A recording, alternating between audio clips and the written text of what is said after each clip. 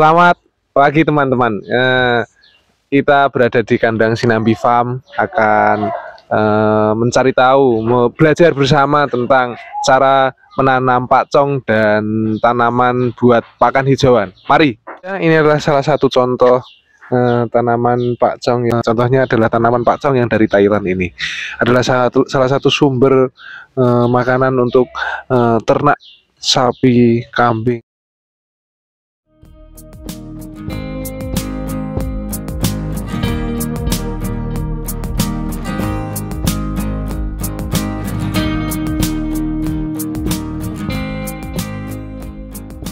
Pagi Mas. Oh ya Mas, pagi. Mau tanya, tadi kan saya melihat lahan pembibitan pakcong dan tentunya pakcong yang sedang baru ditanam tadi. Nah, jadi mengenai itu saya mau menanyakan manfaat dan gizi pakcongnya apa aja sih Mas? Oh, yang pertama itu pakcong itu dari segi gizinya itu memiliki 16,45% dari segi gizi. Nah, manfaatnya itu ada banyak Mas. Pertama, disukai ternak. Disukai ternak karena pakcong itu tidak ada bulu dari segi batang sama daunnya. Jadi hewan ternak itu tidak gatal. Oke, oh iya Mas, gitu ya. Iya. Tadi kan tentang manfaat dan gizi dari pakcong. Sekarang tata cara menanam pakcong yang paling sederhana dan paling bisa ditanam di daerah tentunya di Gunung Kidul yang tekstur tanahnya dan kesuburan tanahnya berbeda dengan tanah-tanah yang di daerah lain, gimana sih Mas? Oh ya, ini seperti ini Mas. Ini baru penanaman sekitaran 1 minggu yang lalu. Nah, pertama-tama itu kita membuat lubang, ya disesuaikanlah sama luas lahannya seperti ini, lalu diberi pupuk dulu sampai ditunggu 1 hari sampai 2 hari sebelum bibitnya datang. Nah, baru kita menanam, lalu dikubur seperti ini aja dengan kemiringan 30 derajat lah, pakcong itu bisa tumbuh dengan baik. Nah, dari jarak pakcong ini biasanya itu standarnya itu 50 sampai 30 cm jarak dari pakcong ini sama yang ini biar tumbuhnya lebih baik. Kalau ukuran bibitnya Mas, ukuran bibitnya biasanya kira-kira berapa senti sampai berapa? Ukuran bibit itu tidak terpengaruh ya Mas. Yang penting itu pemilihan bibit dari awal itu bibit pakcong itu besar, sama ini kan ada mata tunanya ya Mas. Yeah. Mata tunas seperti ini sama yang seperti ini kan bisa tumbuh dengan baik, jadinya seperti ini gitu. Tadi kan cara menanam pakcong. Nah sekarang gimana perawatannya Mas? Perawatannya pakcong setelah bibit sudah tumbuh dan nanti pas akan panen dan nanti pasca panen, bisa dijelaskan sedikit tentang itu enggak Mas? Kalau perawatannya pakcong sendiri itu mudah ya Mas. Kan sebelum digali buat lubang itu udah diberi pupuk. Nah, kan sekarang ini musim penghujan, jadi ini tidak perlu untuk memberikan banyak air, jadi kita tunggu saat hujan aja. Kalau di musim kemarau itu biasanya cuma butuh untuk airnya aja, biasanya disiram dalam waktu seminggu sekali. Dan apa lagi Mas tadi? Tadi kan sama pasca panen panen dan di usia berapa pakcong? Oh, pakcong itu panen ini usia 40 sampai 50 hari. Nah, kalau perawatan pasca panen itu bisa langsung dikasih pupuk dan dibersihin dari rumput-rumput liar seperti ini. Ini mengganggu dari segi gizi untuk pakcong tumbuh. Kalau cara panennya Mas yang lebih efisien dan menghemat waktu tentunya, biar tidak cost dari kebutuhan cost dari tenaganya dan cost dari kendaraannya untuk mengangkut, itu gimana tata caranya untuk manennya itu Mas? Yang kalau untuk pemanen itu agak mudah toh Mas, memilih lahan yang ada jalur transportasinya, Oke. kan lebih enak. Nah, kalau cara panennya itu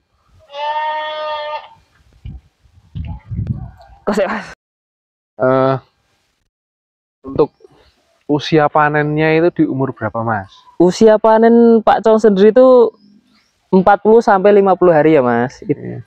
Nah, kalau lebih dari 50 hari itu biasanya Pak Cong itu nutrisinya bisa hilang atau batangnya segera mengeras. Kalau cara panennya yang lebih efisien, maksudnya yang lebih gampang itu gimana, Mas? Dengan kan Pak Cong terkenal dengan tumbuhan yang sangat tinggi, bisa tumbuh sampai 2 meter hingga 3 meter bahkan. Oh iya. Nah, itu gimana caranya? Caranya itu seperti biasa ya, Mas. Ada Sini, Mas. perlakuan khusus atau tidak? Ini ada contohnya. Umur 1 bulanan lebih lah. Sesuai tentunya cara panennya sesuai kebutuhan yang dimiliki. Itu bisa ditebas hingga rata tanah. Dan hasilnya nanti kan Pak Cong itu adalah tumbuhan jangka panjang. Bisa dipanen sampai beberapa kali. Itu tebas sampai rata tanah agar tumbuhannya selanjutnya itu lebih banyak dan lebih besar. Itu. Kalau ciri-ciri Pak Cong yang pertumbuhannya baik dan calon-calon bibit yang baik itu gimana, Mas? Kalau itu dari segi perawatannya juga, Mas. Contohnya kayak gimana bibitnya? Contohnya bibitnya yang bagus itu kayak gini udah bagus, Mas. Ini udah umur dari setekan itu baru ya 3 sampai 4 hari lah. Karena juga cukupan nutrisinya cukup dari pupuk sama airnya juga cukup. Ya, terus pemupukannya, pemberian air, nutrisi dari Pak Cong itu gimana, Mas? Anunya apa sih? Pemupukannya kapan? Pemberian airnya kapan? Itu pakai selang waktu atau bebas aja gimana gitu? Kalau pemupukannya biasanya di awal, Mas. Nah, kalau Pak Cong udah umur 2 minggu atau 3 minggu itu biasanya kita pakai pupuk buatan seperti urea biar pertumbuhan itu biar lebih cepat gitu. Kalau pemberian airnya itu bisa menyesuaikan aja. Oh ya, biasanya berapa pemupukan, Mas? Berapa gimana? Berapa pemupukan setiap lahan? Maksudnya ketika ditanam bibit baru. Oh ya.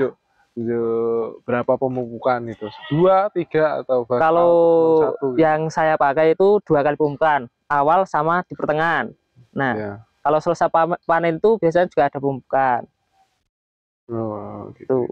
Pasca panennya pemupukan.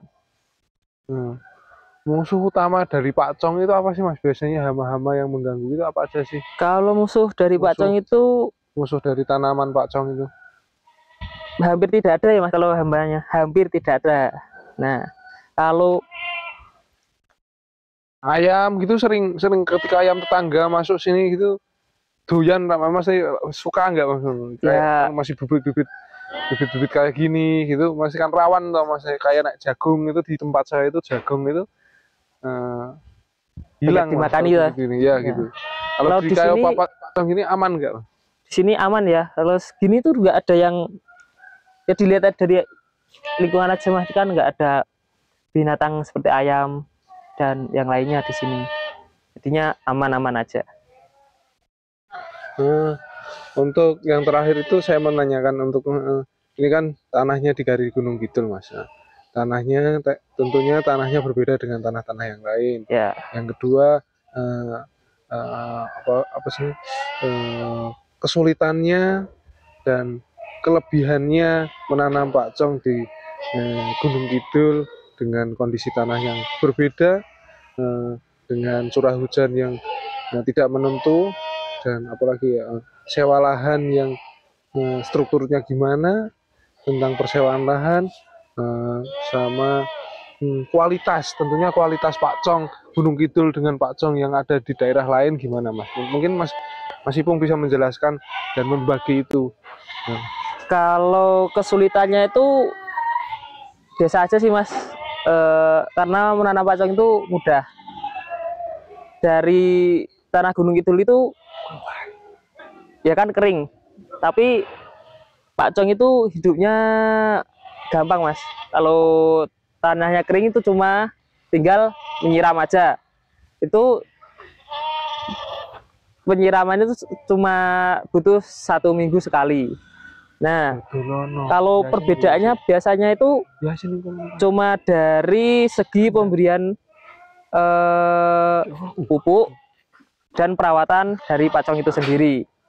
Apakah ada tumbuhan seperti yang liar ini, kalau udah dibersihkan itu akan lebih terasa bedanya untuk pertumbuhan pacong tersebut. Nah, kalau tadi kan tentang kualitas tanah di Gunung Kidul. Nah, sekarang saya menanyakan itu harga sewa tanah di Gunung Kidul itu rata-rata berapa ya, Mas? Oh, rata-rata sewa tanah di Gunung Kidul Ya. itu biasanya tuh 2 juta per tahun ya, Mas. Itu 1.000 meter persegi. Per Kita tahun. menjelaskan tentang menanam pakcong, panen, menanam pakcong di Gunung Kidul tentunya dengan tanah yang berbeda dengan tanah yang lain. Sekarang Mas yang masih muda ini berjuang dengan menjadi petani, bisa kasih tips dan motivasi buat anak-anak muda di sekitar sana untuk tetap semangat yang masih merintih impiannya, Mas. Oke. Apalagi di petani. Yang penting itu Pertanian. jangan malu sama profesi petani. Nah, karena ini selagi melakukan hal yang positif dan tidak merugikan orang lain, itu lanjutkan. Itu aja. Yes.